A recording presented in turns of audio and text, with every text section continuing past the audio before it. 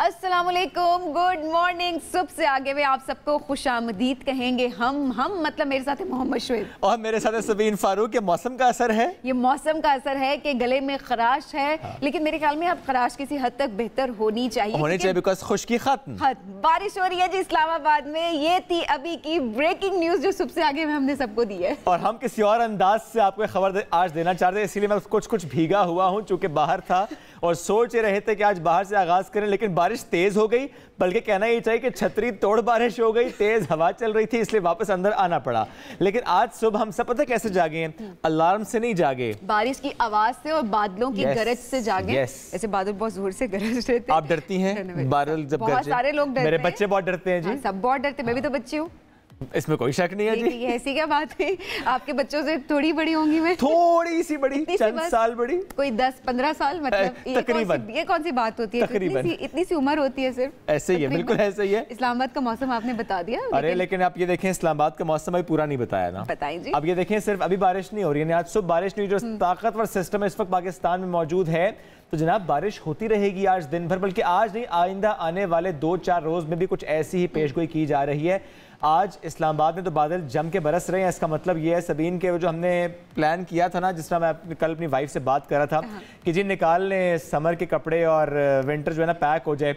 बेगम मुझे कहती है कल तो मैंने सारे बैग खोले थे, अब मैं आज क्या करूं? बच्चों को दोबारा पैक करके स्कूल भेजे। हल्की हल्की ठंड शुरू हो गई, बच्चों के लिहाज से कुछ ज्यादा ठंड है, लेकिन जाहिर सी बात है कि अब मौसम खुशगवार, मैं से कहूँ खुशगवार मौसम, क्योंकि सूरज जब निकल रहा था यहाँ पे तो हम सब कह रहे थे इतनी गर्मी होना शुरू हो गई। मैं इसे खुशगवार तब मानूंगा जब आप ऐलान करेंगे आज पूरी टीम को आज ट्रेल 5 पर लेकर जाएंगे और गुड़ वाली चाय और पकोड़े खिलाएंगे। डन हो गया, डील डन। अच्छा, इस्लामाबाद का ये मौसम है, बाकी शहरों के मौसम आपको बताते चले मौसम का हाल क्या है जनाब। सबसे पहले लाहौर की बात करें हम, तो लाहौर में कम से कम दर्जा हरारत 18 है और ज़्यादा से ज़्यादा दर्जा हरारत जो है वो 30 है। अच्छा जी, लाहौर में कम से कम दर्जा हरारत 16 है और ज़्यादा से ज़्यादा दर्जा हरारत जो है वो 26 है।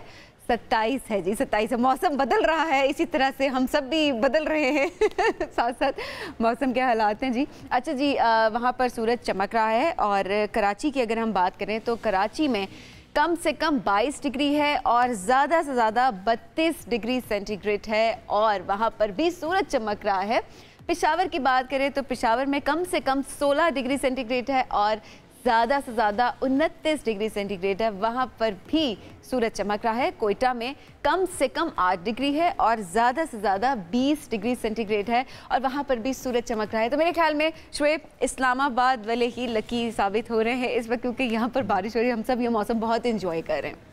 कौन लकी है, कौन लकी नहीं है, किस शहर का मौसम कैसा, कुछ आपने बताया, लेकिन मौसम कैसा रहेगा आइंदा आने वाले 24-48 घंटों में, इसकी बात करते हैं। डायरेक्टर महकमा मौसमियात डॉक्टर जहीर साहब ने हमें ज्वाइन कर लिया। गुड मॉर्निंग डॉक्टर साहब, कैसे हैं आप? जी अल्लाह का शुक्र, आप खैरियत से हैं? अल्हम्दुलिल्लाह। सर कुछ शहरों का मौसम तो हमने बताया, लेकिन सर जरूर जानना चाहेंगे आपसे इस सिस्टम से मुतालिक, जो कि वेदर सिस्टम इस वक्त मौजूद है पाकिस्तान में, क्या नेशन वाइड हम देखेंगे बारिश? जी बिल्कुल, इस वक्त तो रावलपिंडी, इस्लामाबाद, इसी तरह हजारा के इलाकों में बादल छाए हुए हैं और वक्त से गरज चमक के साथ बारिश का सिलसिला जो है वो जारी है।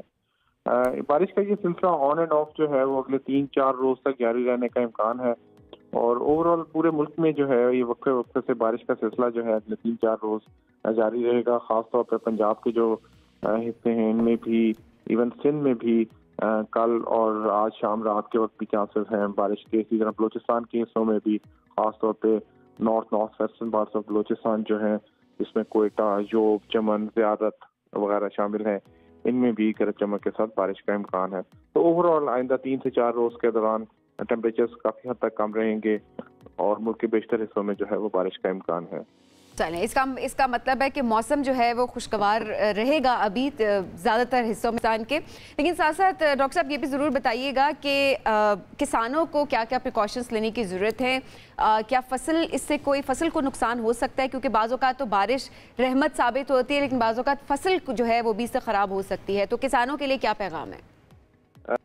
रेन जो है ओवरऑल खासतौर पर जो बारानी एरियाज हैं, बारिश है, वो तो पॉजिटिव इम्पैक्ट देगी जो क्रॉप्स हैं लेकिन उसके साथ साथ जो हेल स्टॉर्म है, जो यालाबारी है और तेज हवाएं हैं, वो थोड़ा सा जो है वो नुकसानदेह साबित हो सकती है। लेकिन बारिश जो है अगर वो कंसिस्टेंटली जिस तरह बारिश हो रही है तो वो जो है वो पॉजिटिव इम्पैक्ट देगी, खास तौर पर जो कि रेनफेड एरियाज हैं उन एरियाज में। ज़बरदस्त, यानी किसानों के लिए भी एक अच्छी बारिश है, ये रहमत ही की बारिश है। और सर चूंकि आपने सिंध की बात की, बस एक जुमले में अगर बता दें कि चूंकि हम जब सिंध की बात करते हैं जहन में थर भी आता है, थर में भी सर ऐसा ही मौसम है, बारिश वहां पर भी होगी? जी बिल्कुल, सिंध के भी बेशतर इलाकों में आज रात कल सुबह जो है वो चांसेस हैं। और इन बारिशों के बाद हम फिर देखेंगे कि बाकायदा तौर पर समर का आगाज?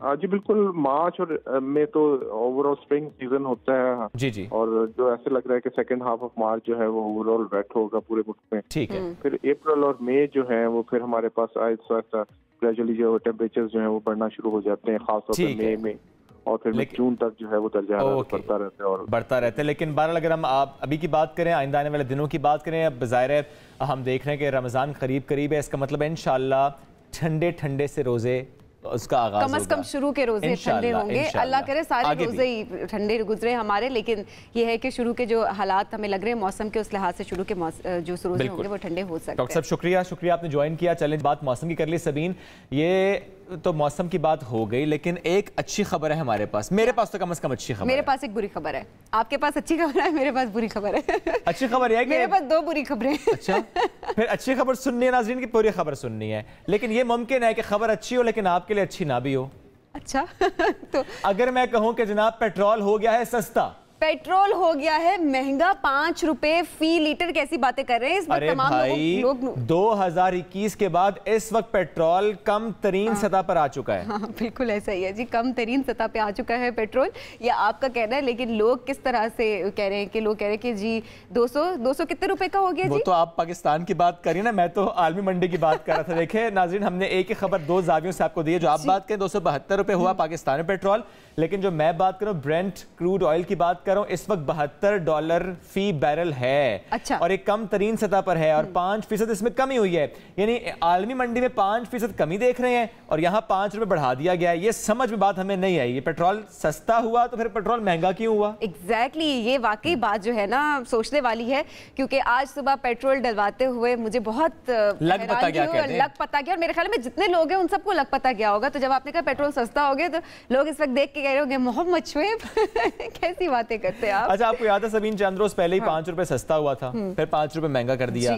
तो ये गवर्नमेंट की समझ वैसे नहीं आती। अगर आलमी मंडी को फॉलो करें तो फिर समझ नहीं आ रही कि अब महंगा क्यों किया। बट एनीवेज जी, महंगा हुआ है जिससे अवाम परेशान है, क्योंकि वैसे महंगाई का तूफान है और इसमें अवाम जो है बिल्कुल मुस्तरद करते हैं हुकूमत के इस फैसले को, बल्कि मुतालबा करते हैं कि इस फैसले को वापस लिया जाए, जो कि पहले ही महंगाई की चक्की में पिस रहे हैं अवाम। बिल्कुल ऐसा है। अवाम में कहूँगी, आप कहते हैं कि ये एग्रीमेंट्स हो रहे हैं, वो एग्रीमेंट्स हो रहे हैं, ये सारी चीजें इसके ऊपर अप्लाई हो रही है, फॉर्मेलिटीज है, व्हाटसोएवर, अवाम आखिर पिस रही है। यहाँ पे रमजान आने वाला है, वहीं पर अगर कोई टैक्सी ड्राइवर है या अगर कोई गाड़ी चलाता है जिसका ट्रांसपोर्ट का काम है, किसी भी इनफैक्ट जो आम शहरी जो ट्रेवल कर रहे होते हैं वो किस तरह से इससे मुतासिर हो रहे होते हैं। आप इस वक्त कैब्स के सिर्फ प्राइसेस देख लें कि हर किसी के पास अपनी गाड़ी नहीं है कि चलें वो थोड़ा बहुत अफोर्ड कर सकता हो, तो जिनके पास गाड़ी नहीं है वो क्या करें। वहीं पर अगर पब्लिक ट्रांसपोर्ट की बात करें तो किराए बढ़ जाते हैं और उसके भी हालात कोई इतने ज्यादा अच्छे नहीं हमें दिखाई दे रहे होते।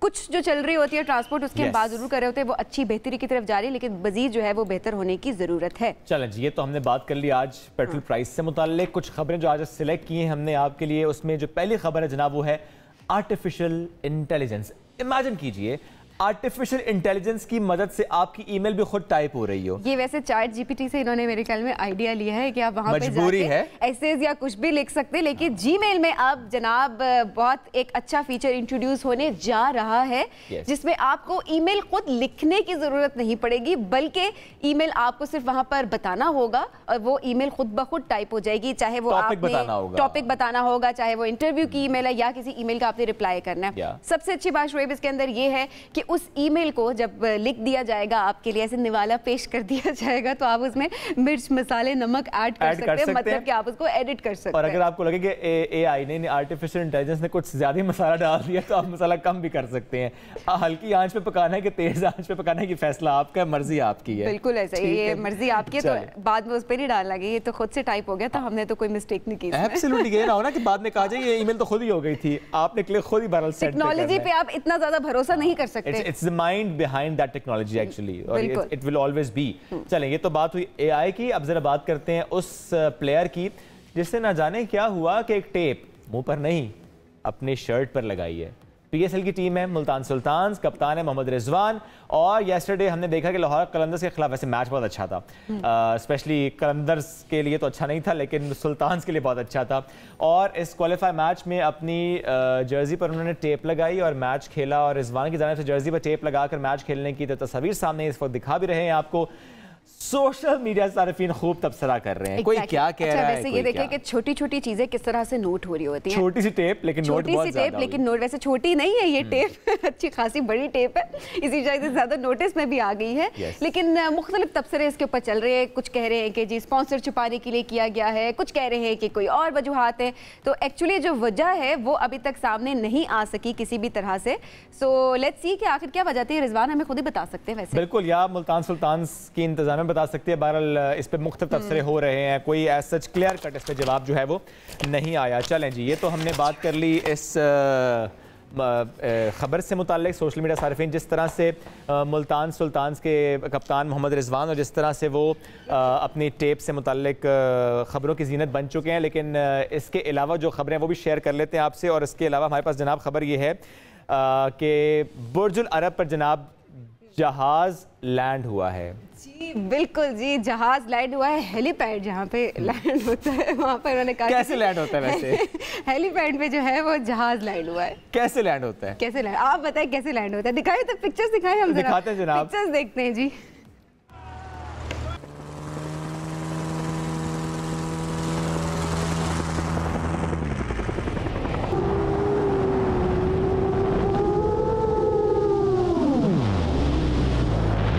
Knots. It's a very steady wind right now.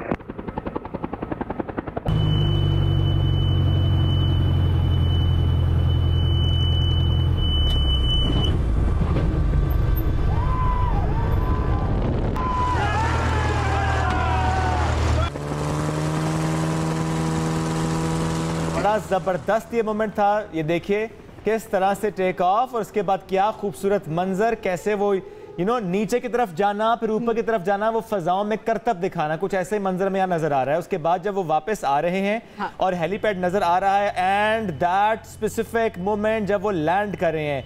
Luke ज़िपाइला, ये पायलट का नाम है जनाब, इन्होंने एजाज़त में नाम किया है, और सिर्फ 27 मीटर का ये हेलीपैड है। और ये देखिए तो ये मोमेंट ऑफ विक्ट्री कहूंगा मैं इसको एक तरह से, कि उन्होंने इसको बिल्कुल ऐसे ही सेलिब्रेट किया कि दे हैव डन इट। और तकरीबन 212 मीटर की बुलंदी पर ये हेलीपैड सभी। उनकी हूटिंग आपने देखी थी? yes. एक कुछ चीज होती है आपने मेरी एक्साइटमेंट नहीं देखी? मैं आपकी एक्साइटमेंट में देख रही हूँ कि जैसे आप खुशी खुशी बता रहे हैं, हंस के इस खबर को लेकर। मैं आप भी कोई ऐसे इरादे रखते कि पायलट बनने का शौक देख रहा था कि जब जहाज सामने से उड़ रहा हो तो आपके क्या रिएक्शंस होते हैं? क्या रिएक्शंस होते हैं, वाह भाई वाह। लेकिन देखिए शुएब, अक्सर औकात जब हम खबर जब देख रहे होते हैं सामने, तो हमें लग रहा होता है कि शायद बस ये था और अचीव कर ले, कि इसके पीछे कितनी एफर्ट है, प्लानिंग, वो उनकी खुशी से नजर आए, उनकी आंखों में खुशी। एब्सोल्युटली। चलें, ये तो बात हमने कर ली जो कि तारीख रकम हुई है दुबई में बुर्ज अल अरब पर। आप जरा बात करते हैं एक खूबसूरत खबर की, एक खूबसूरत सोच की, बल्कि एक प्यारी मिसाल की।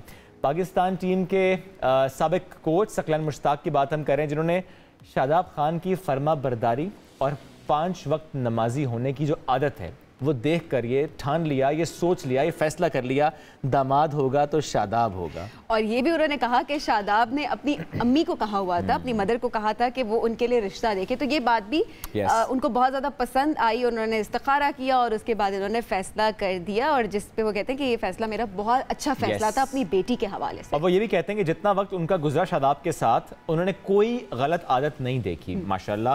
वो कहते हैं वो खुद तो नमाज पढ़ते हैं शादाब, सबको उठाते भी हैं, हैं, यानी सबको बुलाने के लिए नमाज के वक्त पर दरवाजे खटखटाते हैं। It's beautiful.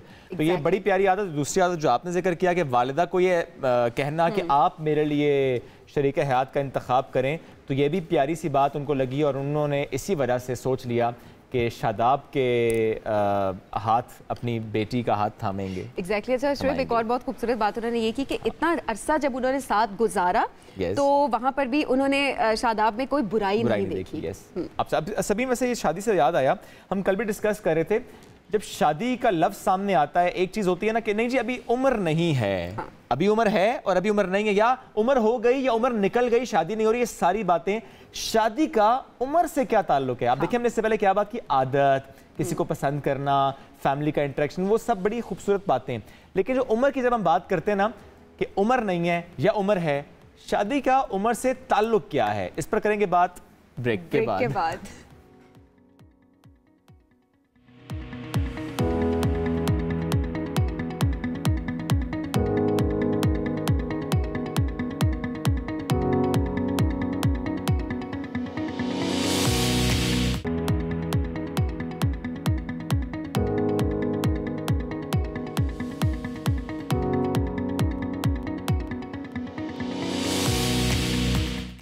वेलकम बैक जी। सुबह से आगे में खुश आमदीद। और मैंने सुना है कि मोहम्मद शोएब आप गए थे कहीं पर और आपने स्ट्रॉबेरीज खाई हैं बहुत सारी।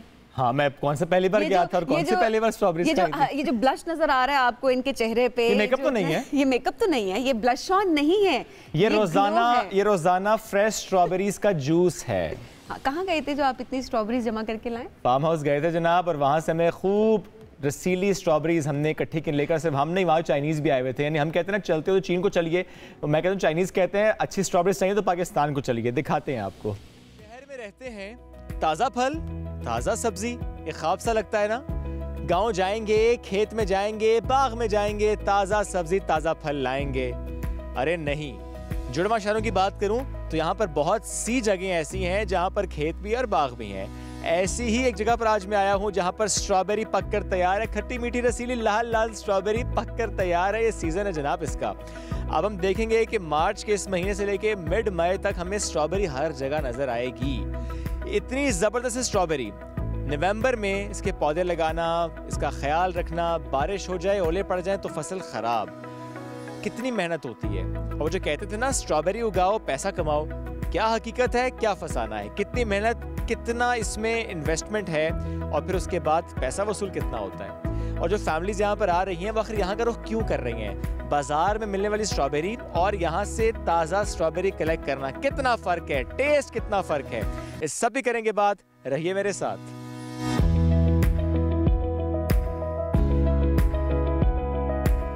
अली अहमद है साथ, जो इसकी लुक आफ्टर करें, ठेके पे ज़मीन ली, पौधे लगाए, आज से नहीं 10-15 सालों से इस काम से वाबस्ता हैं। अली, 10-15 साल से आप लोग स्ट्रॉबेरी उगा रहे हैं। अब हम देखते हैं कि इस्लामाबाद में इसका रुझान तो पहले बहुत बढ़ा, अब कम होता जा रहा है। अब लोग इतनी स्ट्रॉबेरी नहीं उगा रहे लेकिन आप फिर भी उगा रहे हैं, क्या वजह है?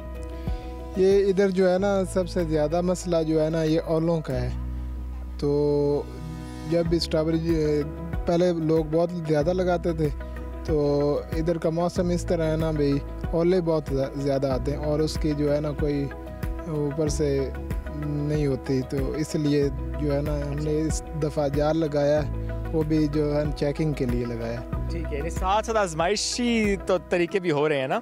1 एकड़ एक सीज़न में प्रोडक्शन कितनी देता है?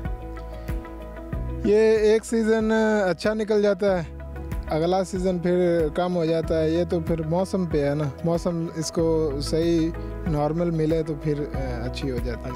थोड़ा सा हम बैठ भी जाते हैं, ये देखें कि ये एक शीट लगाते हैं आप। पहले जिस तरह थोड़ा सा हाइट दी आपने, उसके बाद फिर आपने शीट लगाई। शीट लगाने क्यों ज़रूरी है? शीट का बेसिकली ये पहला मकसद तो ये है, जो वीड्स होती हैं, जड़ी बूटियाँ होती हैं, ये ज़्यादा हो जाती हैं और पौधा नीचे आ जाता है, और फ्रूट जो है ना फिर नहीं लगता। अच्छा। यानी कि वो जड़ी बूटियाँ इतनी हो जाएंगी, ये इतना ही रहेगा। तो दूसरा इसका मकसद ये है भी ये फल जो है ये साफ़ रहता है इसके ऊपर। अच्छा। अगर मिट्टी पर लग जाए तो फिर ये ख़राब हो जाता है। और एक पौधे पे हम देखते हैं कि मुसलसल स्ट्रॉबेरीज लग रही हैं, पककर तैयार हो रही हैं, और फूल लग रहे हैं और लगती चली जा रही हैं। यानी मार्च से लेकर तकरीबन मई तक लगती रहती है। जी मार्च, अप्रैल और मई के 20 तारीख तक, 20-25 तारीख तक। हाँ। 1 एकड़ पर खर्चा कितना था पहले?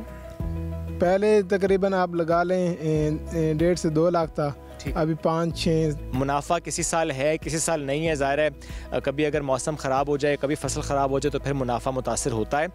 लेकिन जो लोग आ रहे हैं उनसे भी साथ साथ बात कर रहे हैं, कितना एंजॉय वो कर रहे हैं और कितना एंजॉय हम कर रहे हैं ये तो आप देख ही रहे हैं। ऐसा क्या किया आपने? आपकी स्ट्रॉबेरीज का साइज़ बहुत बड़ा है। ट्यूबवेल का साफ पानी लगाते हैं और इसी वजह से जो है ना बेसिक जो ये चीज़ है ना, ये पानी का मसला होता है। पानी इसको अच्छा लगाते हैं और ख़ुद ही ऑटोमेटिक अल्लाह ताला जो है ना इसमें टेस्ट जो है ना वो कर देते हैं। रेट का कितना फ़र्क होता है मार्केट और यहाँ पर? देखिए जी, तो थोड़ी एक्सपेंसिव होती है मार्केट से। इसकी वजह यही है कि इसमें जो है एक तो लेबर का इशू होता है इस्लामाबाद में, और पंजाब वाली साइड में जो है ना वो लेबर ज़्यादा जो है ना वो मिल जाती है। यहाँ में हम खुद ही इसको रन करते हैं और सारा सेटअप जो है ना खुद करते हैं इसमें। पाकिस्तानी तो पाकिस्तानी, चाइनीज़ भी हमारी स्ट्रॉबेरी के दीवाने हैं। इस वक्त भी बहुत से चाइनीज़ यहाँ पर आए हुए हैं और स्ट्रॉबेरी पिक कर रहे हैं। बच्चे भी आए हुए हैं और स्ट्रॉबेरी पिक करके लेकर जा रहे हैं। Zeng from China, he is here. Let's talk about this visit. Hello, how are you doing today? Yeah, very fun, very fun. That's great. How frequent you visit this farm? This farm look beautiful, huh? Look China, huh? China place, huh? It looks like China. Yeah. What's the difference between Chinese strawberry and Pakistani strawberry? Look similar. Similar. Yeah. And how's the taste? It's very good, huh? Great. You come here twice a week or like what? Exactly. This is my first time. First time. Yeah. I hear I see so many Chinese coming here. Yeah. But I hear some Chinese, so I come here. Because some Chinese were here, so he thought that he should be here. The WeChat. Yeah. How many strawberries have you got? This time only 4 pieces. Why only 4 pieces? Because most enjoy. Most time enjoy. Enjoying? Yeah. So keep enjoying ji. Nice talking to you. Okay. Thank you ji. Thank you जी. आगे चलते हैं और वो बच्चे भी हैं बहुत से और चाइनीज़ में जो यहाँ पर आए हैं स्ट्रॉबेरी खुद से कलेक्ट करके लेकर जा रहे हैं।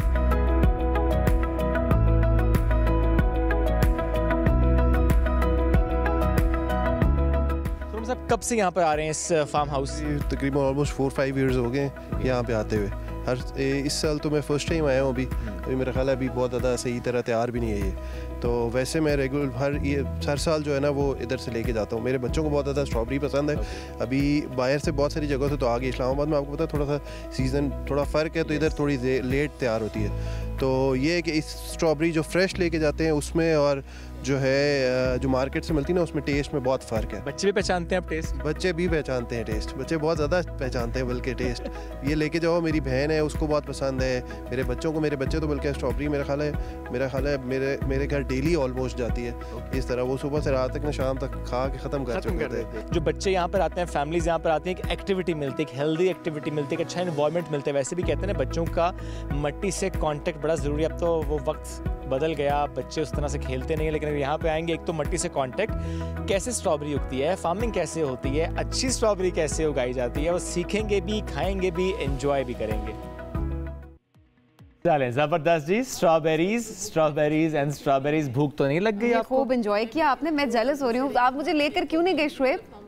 चले, हमारे मेहमानों की आवाज़ें भी आना शुरू हो गए लाइव। आपको आपस में गप्पे चल रही है क्योंकि अभी का टॉपिक बहुत मजे का होने वाला है, जो कि हमने शुरू में बताया था कि शादी की सही उम्र आखिर क्या है। शुएब, शादी की उम्र सही क्या है, आप बताएं। मैं भी कहता हूं जब हो जाए वही उम्र है।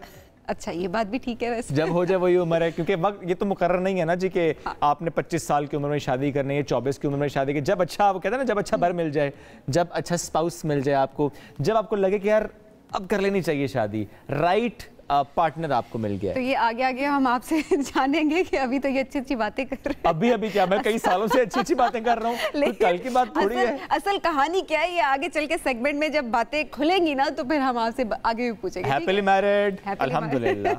अभी तो आप यही कहेंगे? नहीं, मैं मतलब अभी क्या मतलब है, यही कहेंगे।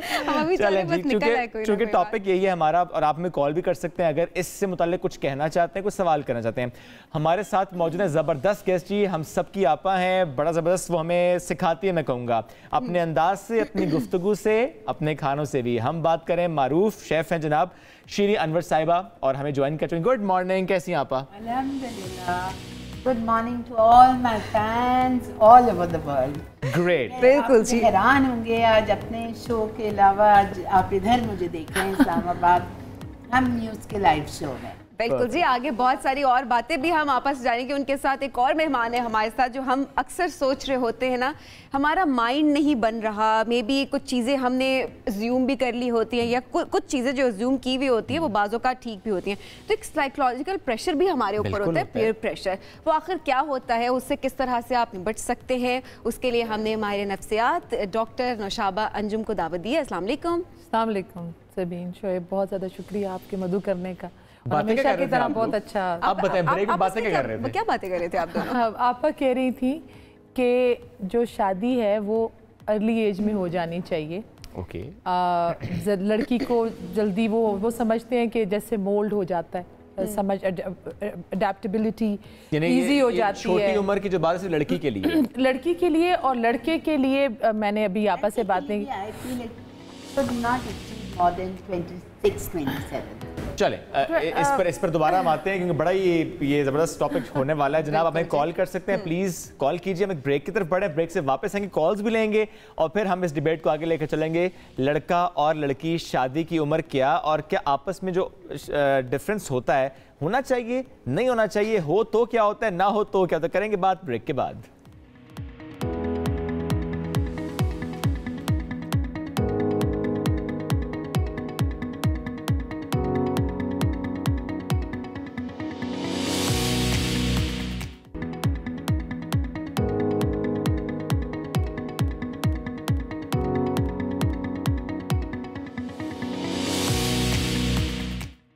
वेलकम बैक जी, सुबह से आगे में खुशामदीद। ब्रेक में भी ये ऐसा टॉपिक है शादी का कि ब्रेक में भी इस पर डिस्कशन चल रही थी। हर एक की अपनी राय है, हर एक का अपना ओपिनियन है, हर एक के अपने एक्सपीरियंसेस हैं और अपने एक्सपीरियंसेस की बेस पे हर इंसान बात कर रहा होता है। लेकिन बहुत सारे लोग कंफ्यूज भी हैं कि आखिर क्या है और क्या होना चाहिए। तो सबसे पहले आपा से पूछते हैं, आपा आपको क्या लगता है शादी की सही उम्र क्या है? मैं समझती हूँ लड़कियों की शादी as soon as they finish the education, थोड़ा सा अरसा अपना कुछ जो काम कर रही हैं, जब इतना पढ़ाते हैं बच्चों को, so they want to work also, ठीक है, तो 1-2 साल काम करें and then they should settle down around about like 23-24 में। पता है जल्दी एज में शादी करने से मुझे ऐसा लगता है कि लड़की अपने हस्बैंड के साथ, अपनी ससुराल के साथ मोल्ड हो जाती है। जिस तरह से वो लोग का रहन सहन है, जिस तरह से उनका तौर तरीका है, वो उसको अपना लेती है। मेरा ये ख्याल है फ्लेक्सिबल होती और है। अगर लड़की like if she has crossed like 30-32 तो फिर मुझे लगता है उस बच्ची के लिए थोड़ा मुश्किल होता है। और फिर नेचुरली वो इतनी माशाल्लाह से पढ़ लिख जाती है और इतनी वो जाती है कि उसको फिर एडजस्ट करने में मसला होता है। नहीं, लेकिन पता नहीं, I am little confuse because मेरी बहू जो है तो माशाल्लाह she got married when she was 32-33 but माशाल्लाह the way she has moulded with us, it's unbelievable. तो मैं ये समझती हूँ कि सबका अपना तौर तरीका होता है और मैं ये कहती हूँ कि सासों को भी चाहिए कि अपना मुँह, आँख और कान पे जिप लगा दें।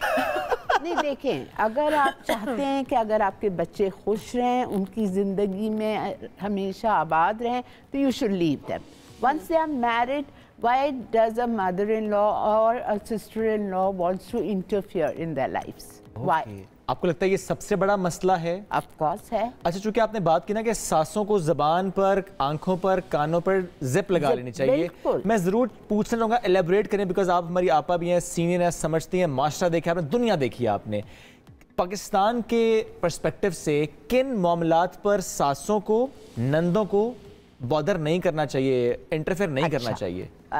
देखें, पहला मसला, सुबह उठते ही तुमने सलाम नहीं किया, भाई ठीक है, ओके, इंसान है, बिजी हो जाता है। तुमने मेरे बेटे, आज तुम 1:30 उठी, मेरा बेटा ऑफिस चला गया, तुमने उसको नाश्ता बना के नहीं दिया।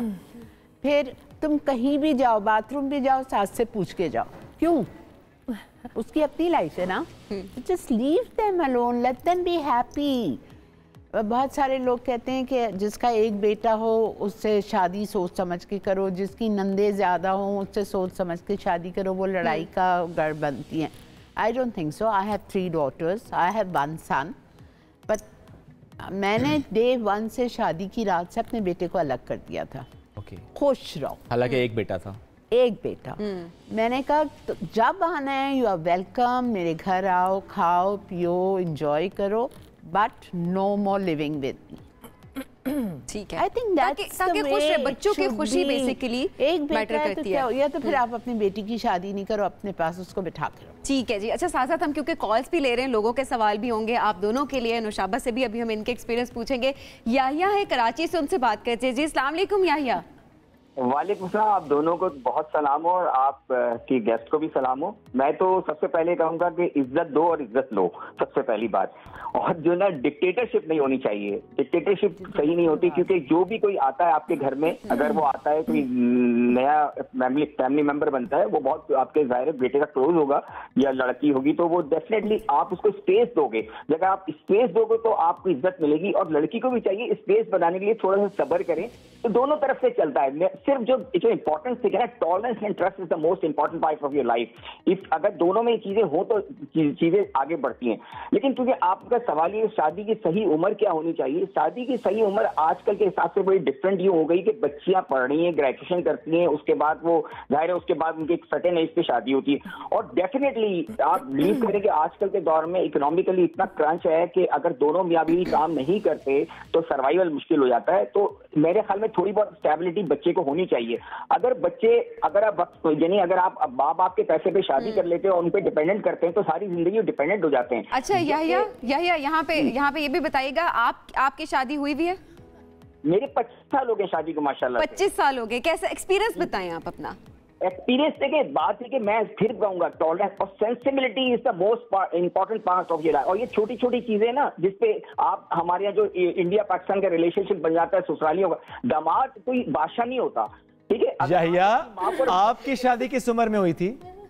मेरी उम्र की शादी मेरी 30+ में हुई थी शादी, और अल्हम्दुलिल्लाह I am very happy with my wife. हमारी लड़ाई झगड़े सब कुछ, देखिए मैं बताऊं बड़ी इंपॉर्टेंट बात, मेरी बीवी और मेरी बीवी का जब भी झगड़ा हुआ ना कमरे के अंदर, मेरे नीचे जब उतरता हूं, मेरी अम्मी मेरे बहनों को कभी एहसास नहीं हुआ कि इनका झगड़ा हुआ है।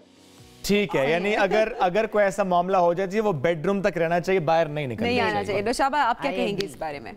बिल्कुल ठीक बात है, शुक्रिया आपके मदद करने का सबीन और शोएब। ऐसा है कि मेरे ख्याल में हम जिस भी ऑर्गेनाइजेशन को कोई भी हम कॉन्ट्रैक्ट साइन करते हैं तो हम उसके लिए पहले शायद 12 साल 15 साल डिग्री लेके तालीम लेकर आते हैं। अनफॉर्चुनेटली हमारे क्योंकि फैमिली सिस्टम, कुछ घर होंगे आपा जैसे होंगे और कि वो रहा नहीं, बच्चियाँ हमारी फैमिली सिस्टम टूट रहा है। पहले तो दादा के भी उस नवासी और वो रहते थे, तो हमें सीखने को 3rd जनरेशन से बच्चों को मिलता था। माँ बाप के पास टाइम नहीं होता, माँ बाप के पास इसलिए वक्त नहीं है, हमारी शायद जनरेशन के लिए भी कि काम कर रहे थे या अपनी ज़िंदगियों में या इतने ज़्यादा मटेरियलाइज हो गए कि वो वैल्यूज़ ट्रांसफ़र करते थे दादा दादी। अभी तक जो सबसे इम्पॉर्टेंट रिलेशन जिसमें आपने जिसके ऊपर हम बात ही नहीं करते कि आपने सोसाइटी में एक इंसान जिसको आप कह देते हैं कंस्ट्रक्टिव या एक सपोज़ आपने क्या वजह है आपा कि हम सोसाइटी में वो अल्लामा इकबाल, कायदे आज़म, वो शेर शाह सूरी, खालिद बिन वलीद हम माएँ नहीं दे सकी। ये इसलिए शादी की जो आप बात कर रहे हैं ना उसके लिए बड़ी इंपॉर्टेंट, जब आप एज की बात करते हैं उसके ऊपर मेरी राय ये है कि बिल्कुल आपको शादी का कल्चर सबसे पहले तो शोएब और सबीन हमें प्रमोट करना है। अनफॉर्चुनेटली हम जिस इधर, अगर मैं आपको कैपिटल की बात भी करूं, अफसोस के साथ कहूँगी कि 3 में से 1 शादी टूट रही है। बच्चों में शादी का रुझान, अभी ये सास वाला जो आप लोग बात कर रहे हैं ना कि वो नहीं होनी चाहिए, मार्शल लॉ नहीं होना चाहिए, वो तो जो होगा वो देखेंगे बाहर, वही घर में भी देखेंगे ना। आप सबसे पहली जो चीज़ है, लड़का और लड़की इतना डर गए शादी के कल्चर को जो हमारी सोसाइटी को किसी और रास्ते पर लेकर जा रहा है, उसके लिए प्री मैरिज काउंसलिंग की मैं बात करती हूँ। नहीं रहे चलो, लेकिन आप सबसे पहले तो खुद को जाने, चाहे लड़का या लड़की। आप जंगल में तो मैं सब कहती हूँ जैसे निशान लगे हुए हैं ना, शेर के ऊपर भी लगा हुआ है, माँ उसने वर्दी पहनी हुई है शेर की, उसने घोड़े की वर्दी पहनी हुई है। इमोशनल इंटेलिजेंस आप लड़के को तो समझ रहे हैं, लेकिन उस घर के अंदर जिधर आप जा रहे हैं जिंदगी गुजारनी है, आप कॉन्फ्लिक्ट मैनेजमेंट, इख्तलाफ को समझना सीखें, लोगों को समझना सीखें। अपने जैसा आप सबको घोड़ा नहीं या शेर नहीं कर सकते, अपने आप को समझना, अपने आप को समझें और उसके बाद थोड़ा सा स्पेस दोनों को देना चाहिए। एक बच्ची जो आई है वो नई जगह एनवायरनमेंट के अंदर आई है, उसको समझने का मौका दें ज़रूर कि वो क्या उसके एक एम्पैथी एक वर्ड है ना, जैसे अपनी बेटी के लिए उसके लिए भी रखें। और हमारे यहाँ सबसे ज़्यादा जो मेरे लिए मसला आगे जो आ रहा है वो ये है कि आपने वही वाली बात है, 2 पहिए तो लगा दिए, गाड़ी को चलाना कैसे है, चल रही है तो रुकना, किधर जाकर रोकते, किधर जाकर रोक दे, किधर जाकर बजाय कि आप देखें कि बड़े बड़े मामलात सीरियस आ जाते हैं हमारे सामने, जहाँ से अब वो जमाना नहीं है मर के आओ। ठीक है नौशाबा, एक कॉलर हमारे साथ मौजूद है, पहले उनसे बात करते हैं। अल्लाह ना करे जी, अल्लाह ना करे जी। एक कॉलर हमारे साथ, उनसे बात करते हैं। ज़ीशान है जी, अस्सलाम वालेकुम ज़ीशान। अस्सलाम वालेकुम मैम, कैसी हैं आप, खैरियत से हैं? जी बिल्कुल ठीक ठाक। ज़ीशान क्या कहेंगे आज के टॉपिक के हवाले से, शादी की सही उम्र क्या है?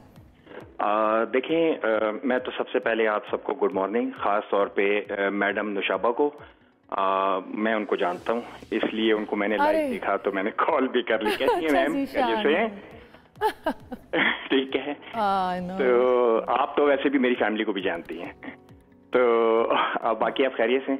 अच्छा, मेरा मेन कहना ये इसमें है कि थोड़ा सा यहाँ पर जो मैं मैम नुशाबा से बिल्कुल एग्री करता हूँ, मैं इनकी बात सुन रहा था।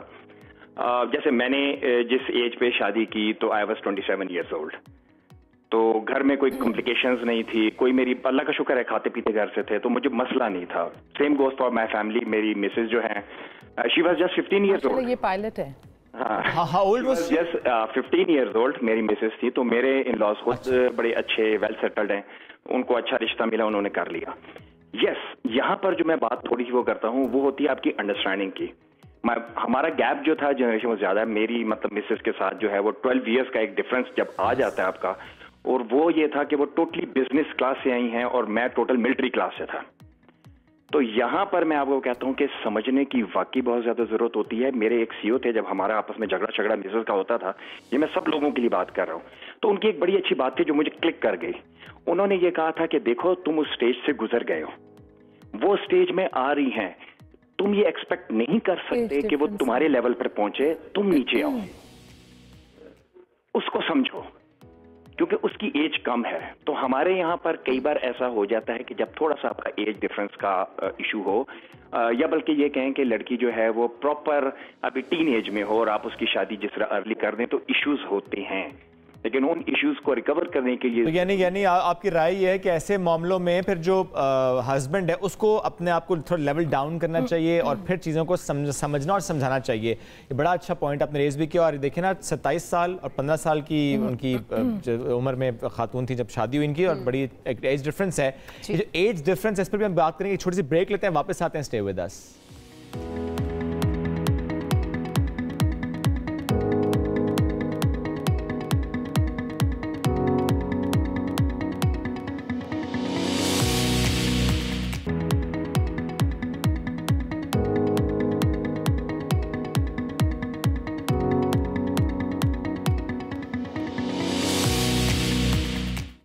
वेलकम बैक जी, सुबह से आगे में खुशामदीद। अब ऑनर है या ब्रेक पे है, टॉपिक इतना इंटरेस्टिंग है कि शुएब बातचीत यही चल रही है। शुएब से एक्सपीरियंस हम पूछ रहे थे, उन्होंने हमें ब्रेक में बताया, लेकिन बहुत अच्छा बताया, अल्हम्दुलिल्लाह, बिल्कुल बहुत अच्छा बताया। अच्छा, मजाक के अलावा हम छेड़छाड़ तो करते ही रहते हैं, लेकिन नजर आता है आप इतने अच्छे ख्यालात रखते हैं शादी के हवाले से। थैंक यू, मैं तो प्रमोट करता हूं इसको इसीलिए। हाँ, निकाह के कल्चर को प्रमोट करते हैं, यहीं पे यही बात, आज भी हम यही बात कर रहे हैं। लेकिन साथ साथ शुएब ऐसा है कि बहुत सारे लोग, बहुत सारी लड़कियां या वो लड़के हों, वो शादी से डरते जरूर हैं कि शादी से वो कहते हैं डर लगता है, हम नहीं करें, कुछ जिम्मेदारियां हैं या फिर और कौन से मसाइल हैं। आपा से पूछते हैं उनके एक्सपीरियंस के। आपा, क्यों डरते हैं लोग? बेटा, मैं समझती हूँ जो लड़कियाँ काफ़ी बड़ी हो जाती हैं, लाइक दे हैव क्रॉस 30, तो उनको ये होता होगा कि भाई पता नहीं हम एडजस्ट कर पाएंगे नहीं कर पाएंगे, जैसा हमारा हस्बैंड लग रहा है हमको वैसा होगा नहीं होगा, चाहे वो उससे 2 साल 3 साल से उनकी फ्रेंडशिप हो, लव हो, कुछ भी हो, लेकिन फिर बाद में जाके, लेकिन मैं एक बात कहूँगी, शादी से डरना नहीं चाहिए। बिकॉज देखें, शादी कोई it's not a bed of roses, ठीक है। शादी में कॉम्प्रोमाइज़ ज़रूरी है, चाहे वो लड़के की तरफ से हो चाहे वो लड़की की तरफ से हो, दोनों को कॉम्प्रोमाइज़ करना है। अब जैसा हम आपसे पूछ रहे थे, माशाल्लाह आपकी 6 साल की बेटी है, अब आपने सारा कुछ अपनी वाइफ पे छोड़ दिया कि भाई तुम खाना भी पकाओ, तुम बच्ची को भी देखो, तुम ये भी करो वो भी करो, तो आप उसको हेल्प करते हैं ना? करते हैं। देखें ना, ये चीज़ तरबियत है ना जी। गाड़ी के जिस तरह इन्होंने कहा गाड़ी के 2 पहिए हैं, अब जाहिर बात है गाड़ी के 2 पहिए तो साथ मिल के चलेंगे तो गाड़ी चलेगी ना आगे। ऐसा ही है, वरना ऐसा तो नहीं हो सकता कि भाई गाड़ी पंचर हुई हुई है और आप उसको घसीटे जा रहे हैं। अच्छा, पहले के माँ बाप हमें कहते थे घर से मर के निकलना। अब जो शादियाँ ज़्यादा ख़राब होती हैं उस पर माँ बाप का हाथ होता है। वो अपने बच्चों को कहती हैं छोड़ो, इतना तुम्हें पढ़ाया किस दिन के लिए था, छोड़ो आ जाओ वापस, कोई मसला नहीं है। तो ऐसा नहीं होना चाहिए। You should give them space, you should give them chance कि बैठो, उनको समझाओ कि बेटा ये खेल नहीं है गुड्डा गुड्डी का, और ट्राई टू एडजस्ट। सही कह रही हूँ? जी जी बिल्कुल।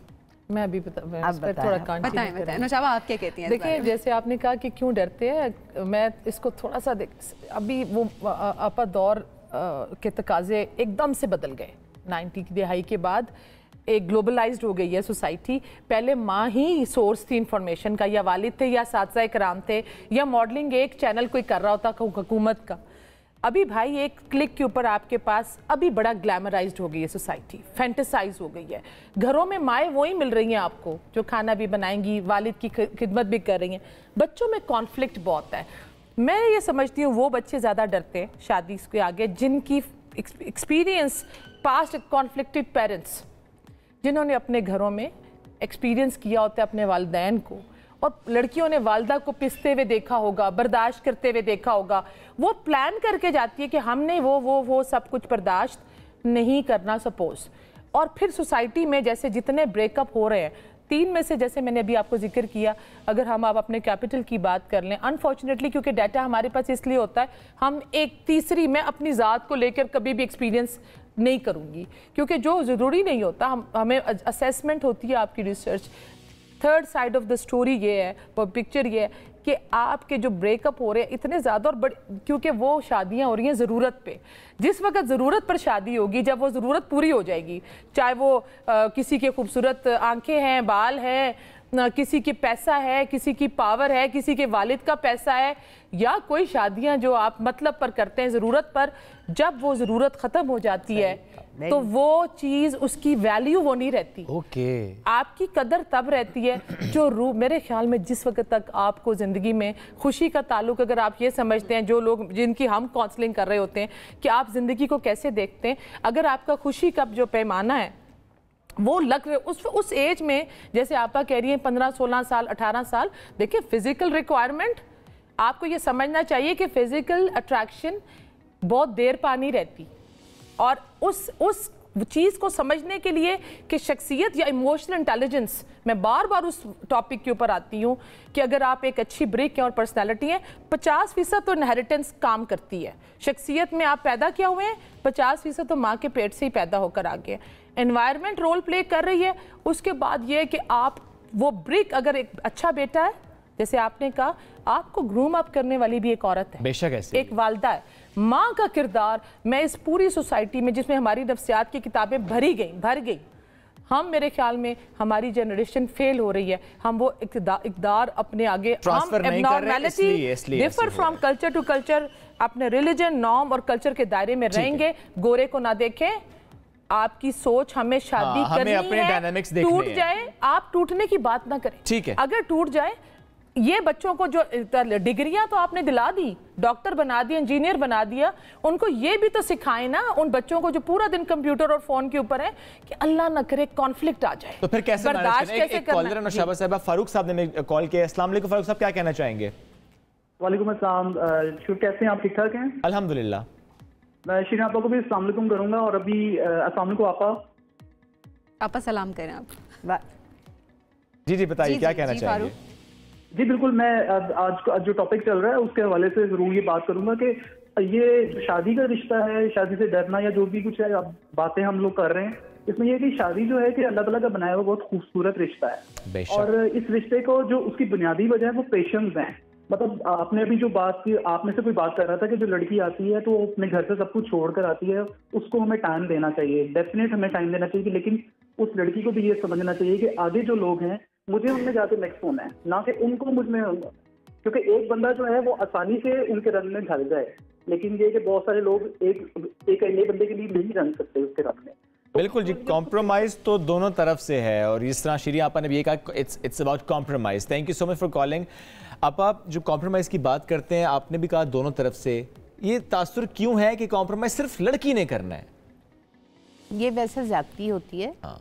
लेकिन बेटा मेरे ख्याल से कोई फ़र्क नहीं पड़ता अगर लड़के नहीं, वैसे लड़के भी कॉम्प्रोमाइज़ करते हैं, तासुर वही है ना, ऐसी बात नहीं है, लड़के भी कॉम्प्रोमाइज़ करते हैं, लेकिन किसी खाते में नहीं रखा जाता आपा उनके कॉम्प्रोमाइज को। लेकिन ज़्यादातर बेचारी लड़कियां को करना पड़ता है। तो अगर बच्चियां कर भी लें टू सेव देयर मैरिज तो क्या फ़र्क पड़ जाएगा? क्या फ़र्क पड़ता है? देखें, इसलिए कि बाज़ दफ़ा ऐसा भी होता है कि शादी खुदा ना खास्ता आपकी टूटने पे आ रही है तो आपका बच्चे भी आपके साथ हैं। आप उन बच्चों का सोचें, उनका मुस्तकबिल का सोचें, उनका क्या है। बिल्कुल ठीक है।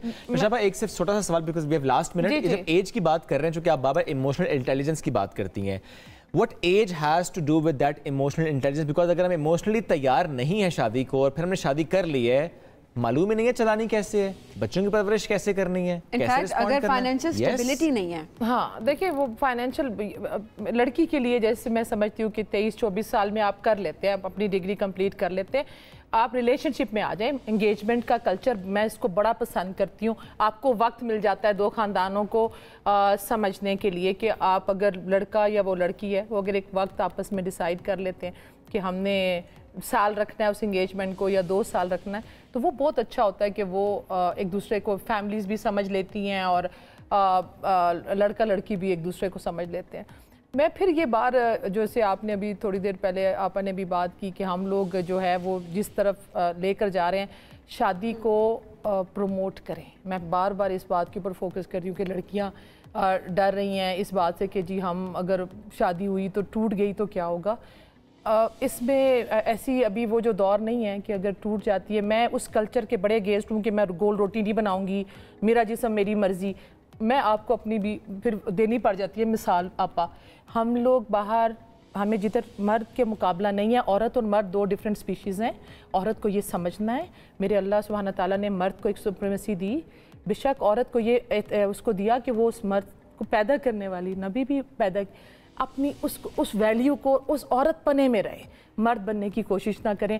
मेरा जिस्म मेरी मर्ज़ी पे ना जाए, मेरा जिस्म अल्लाह की मर्ज़ी पे जाए। मुझे कोई आर नहीं है अपने हस्बैंड के पाँव दबाने में, उसके पाँव धोने में। मैं कहूँ जी मैंने तो डिग्री की हुई है, ये मैं खाना अपने हाथ से मुझे मजा आता है। मेरा भाई मेरा वालिद वो आते हैं, मैं खड़ी हो जाती हूँ या मैं उनको खाना, ये खूबसूरती कल्चर की खुदारा अपनी बेटियों को ये दे दें आगे के कल्चर की खूबसूरती अपनी जगह पे। लेकिन ये चीज़ें अगर आप खुद से करना चाहती हैं, आप खाना बनाना चाहती हैं, आप बनाए, 2 लोगों की अपनी अंडरस्टैंडिंग है ऑब्वियसली, लेकिन अगर वो कल्चर इम्पोज किया जा रहा है या वो लड़की के ऊपर या वो लड़के के ऊपर। देखिए मोहब्बत के बगैर जिंदगी गुजर जाती है, इज्जत के बगैर जिंदगी नहीं गुजर सकती। जिधर आप जब आप एक दूसरे को इज्जत करने लगते हैं ना, चाहिए आप अगर एक दूसरे की इज्जत कर रहे हैं, कैसे हो सकता है? वो अल्लाह इतनी मोहब्बत डाल देता है कि मेरा दिल ही नहीं करता मेरा मियाँ भूखा बैठा हो, और मेरा खुद ही दिल करता है मैं अपने लिए करती हूँ। आप अगर ये सोच रहे हैं कि मैं दूसरे के वालिद के सर पे एहसान कर रही हूँ, इससे बेहतर है, उस खुशी से बेहतर है मांगे कि बंदा मर ही जाए, ना दे। आपकी अगर अपना दिल ही नहीं चाह रहा, जैसे आपकी माँ को खाना बना के देने में आपको आर नहीं है, अगर आपके वालिद को नहीं है, भाई के लिए नहीं है, तो हस्बैंड कोई प्लूटो से तो नहीं आया हुआ कि आप कह रही जी मैंने मुकाबला करना है। आपने तो जंग करना, अगर तो जंग करनी है भाई तो शादी ना करो।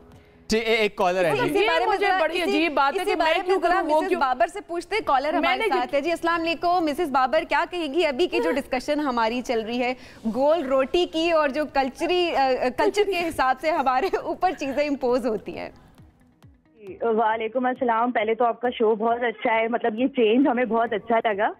और दूसरा ये कि ये जो गोल रोटी तो चले खाना तो खा ही लेते हैं, रोटी तो तंदूर से भी आ जाती है, लेकिन ये सबसे बड़ी बात है कि जो शादी है वो दो फैमिलीज का ताल्लुक होता है। ये सिर्फ लड़का और लड़की नहीं है, फैमिलीज भी आपकी जो है ना वो बहुत इम्पोर्टेंट होती है। तो सिर्फ ये नहीं सोचना चाहिए कि दो जो है वो ज्वाइंट हो रहे हैं, ताल्लुक बन रहा है, रिलेशन हो रहा है, ऐसा नहीं है। आपको पूरी फैमिली को देख के और फिर ही माँ को बाप को देख के लड़की को भी और लड़के को भी डिसाइड करना चाहिए कि वेदर वो जिस कल्चर से जिस माहौल से वो आ रही है वो वहाँ एडजस्ट भी हो पाएगी या नहीं।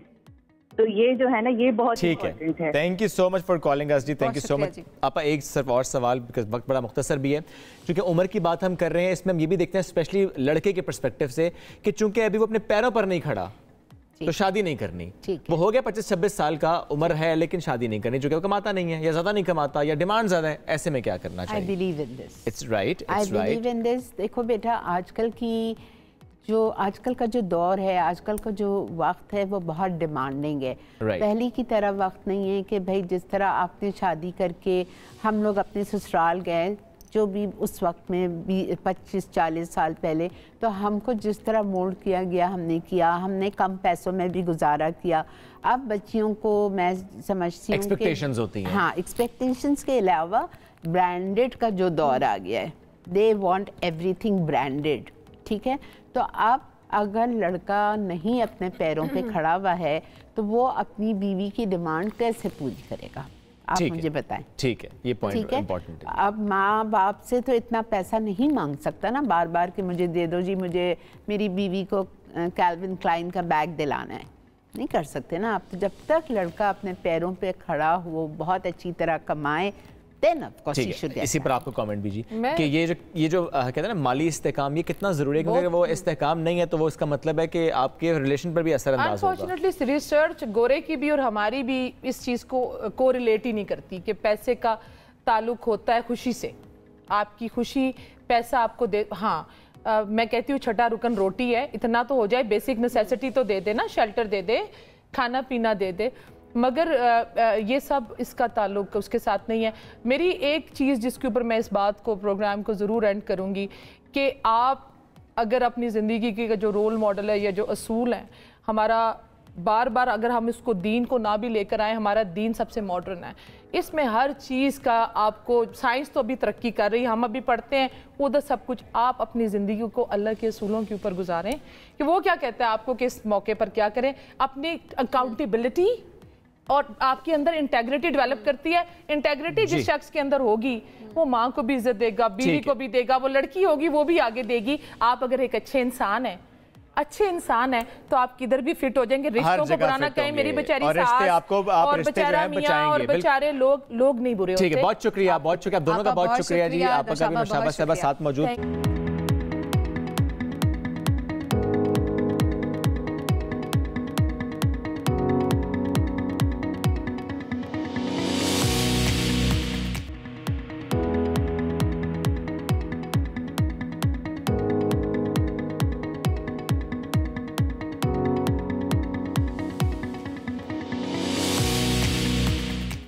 Welcome back after the break. PSL की बात करते हैं। कल लाहौर आउट नहीं हुआ, भी चांस है, लेकिन लाहौर ने कल किया है। ये लाहौर कलंदर्स के फैन भी उनसे पूछ रहे हैं कि भाईजान आपने किया है, लेकिन मुल्तान सुल्तान छा गया है, फाइनल में पहुंच गया है। और अब मैच है जनाब इस्लामाबाद का पेशावर से। जो जीतेगा उसका मैच होगा लाहौर से और फिर तय हो जाएगा कि मुल्तान के मद्दे मुकाबिल फाइनल में आने वाला है कौन। हमारी दुआ तो इस्लामाबाद यूनाइटेड ही है और इंशाल्लाह हम अपनी फेवरेट अपनी टीम को फाइनल में देखेंगे इंशाल्लाह। लेकिन कल हुआ क्या सबीन? कल हुआ क्या, ये मैं तो आमिर भाई से पूछ रही हूं, क्या हुआ आमिर भाई कल क्या हुआ? प्रेडिक्शन तो आपकी सच साबित हुई है। देखिए, हम काफ़ी अरसे से कह रहे थे कि लाहौर की टीम की जो बैटिंग है वो वल्नरेबल है और उनके कैप्टन जो वो परसिस्ट कर रहे थे runs on the board, which is good. लेकिन जब आप बड़ा टूर्नामेंट खेल रहे होते हैं तो आपको जो है अपनी बैटिंग लाइनअप को चैलेंज करना होता है कि हम चेज में कहाँ पे खड़े हैं। और लाहौर की team probably the weakest bowling attack जो कराची की टीम का था, उनके खिलाफ 2 मैच हारे हुए थे चेज करते हुए। और मुल्तान जो है वो लाहौर के खिलाफ चेज करते हुए हारा हुआ था।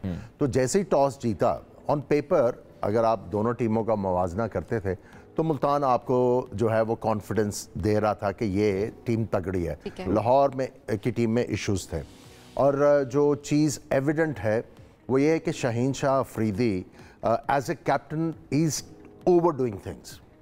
ओवर डूइंग, अगर आप उनकी बॉलिंग को भी देखें, he is trying to give more than 100%, which is not required.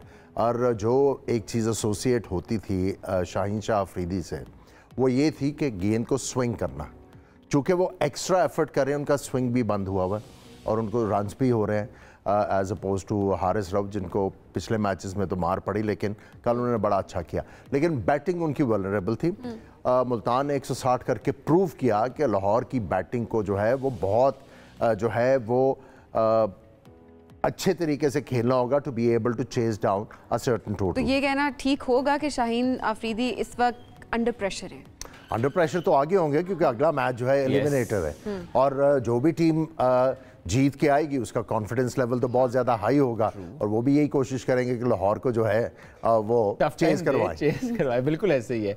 लेकिन इसमें हम ये देखते हैं कि परफॉर्मेंस बुरी अपनी जगह, लेकिन रीजंस पे बात जरूर करनी चाहिए। वैसे घूमने फिरने पे ज़्यादा ध्यान है लाहौर कलंदर्स का, ये वजह भी है? खाने पे शायद। देखिए ये तो आई थिंक हर प्लेयर को अपनी जो है लिमिटेशंस का पता है। ऐसे ही है, हर प्लेयर को ये पता है कि मैंने मैच से पहले किस तरह अपने आप को फोकस करना है। किसी प्लेयर को 2 घंटे चाहिए, किसी को 6 घंटे चाहिए, किसी को 10 घंटे चाहिए, ठीक है, किसी के लिए 10 घंटे भी काफ़ी नहीं होते। सो ये एक इंडिविजुअल का है, उसको अपने आप को डिसिप्लिन करना है। क्या देखें, ये वाला टाइम मुझे चाहिए to focus on the game, और इस टाइम में मुझे कोई डिस्टर्ब ना करें, और उसमें आपको कोई फोर्स तो कर नहीं सकता। फोर्स कर नहीं सकता। अगर आप कुछ खुद से मस्ती कर रहे हैं, इसका मतलब है कि फिर आपने गलती कर ली ना, उसका फिर आपको खुमियाजा भुगतना पड़ता है। अब चूंकि we are heading towards the final इंशाल्लाह, मैं ज़रूर ब्रेक भी आपसे पूछ रहा था, आपकी प्रेडिक्शंस क्योंकि सही साबित होती हैं बिकॉज ऑफ योर एक्सपीरियंस माशाल्लाह। किसको देख रहे हैं मुल्तान सुल्तान्स के मद्दे मुकाबिल? देखिए, आई हेल फ्रॉम लाहौर, मैं तो कहूँगा कि लाहौर की टीम आए, लेकिन लाहौर को अगले मैच में बहुत ही अच्छी क्रिकेट खेलनी होगी। क्योंकि दोनों टीमें, दोनों में से कोई भी आए, ज़ल्मी, क्योंकि ज़ल्मी ने 2 दफ़ा 240 किया हुआ, हालांकि उन्होंने चेज करवा दिया, लेकिन उस टीम का मोमेंटम बना हुआ है। उन्होंने कुछ चेंजेस की लास्ट मैच में, जिसकी वजह से उन्होंने इस्लामाबाद जैसी टीम को हराया। तो दोनों में से जो भी टीम आएगी लाहौर के लिए वो तरने वाला नहीं साबित होगी। दे शुड बी प्रिपेयर्ड कि हमें बहुत ज़्यादा टफ टाइम मिलेगा। और आज का मैच इस्लामाबाद और जो ज़ल्मी का है, ऑब्वियसली इस्लामाबाद की टीम तगड़ी है। उनके पास बॉलिंग लाइनअप में भी ऐसे बॉलर्स मौजूद हैं कि जो ऑपोजिशन को जो है बहुत ज़्यादा तंग कर सकते हैं। ज़ल्मी के पास बैट्समैन बहुत तगड़े हैं, लेकिन उनकी बॉलिंग का जो आउटलुक है वो चेंज होता है ज़ज़ाई की वजह से।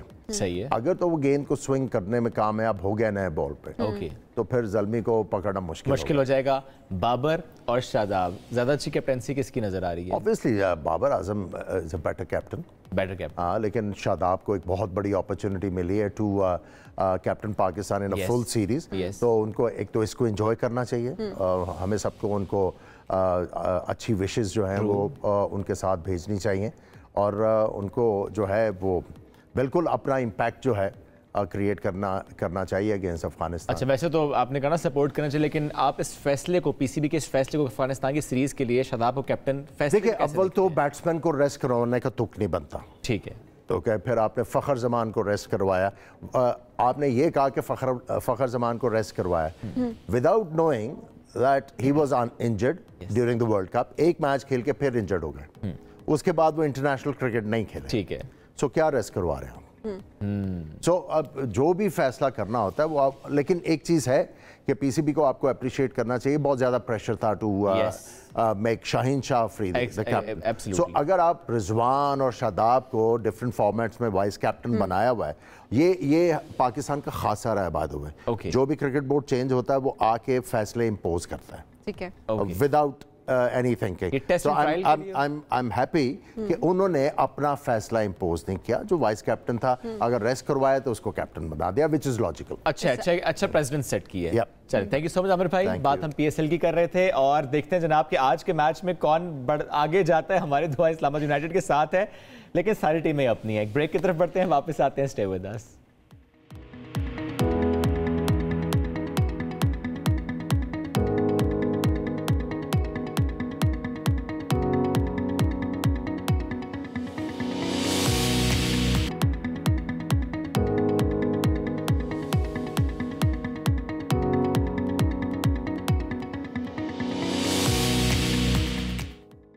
वेलकम बैक जी। सुबह से आगे में खुशामदीद तो हम करें, लेकिन खुदा हाफिज का वक्त भी खुदा हाफिज करने के लिए आए जनाब। आपको ये कहना बड़ा ज़रूरी था आपसे कि आज के शो का फीडबैक ज़रूर दीजिएगा। हमारा कौन सा सेगमेंट सबसे ज़्यादा आपको भाया, दिल के करीब था आपके, वो सेगमेंट ज़रूर हमें बताइएगा। और आपके लंच बॉक्स में क्या होता है ये हमें ज़रूर बताइएगा। आपके लंच बॉक्स में कुछ नहीं होता? मैं लाती नहीं हूँ, मैं बड़ी हो गई हूँ ना, आप तो बच्चे हैं अभी।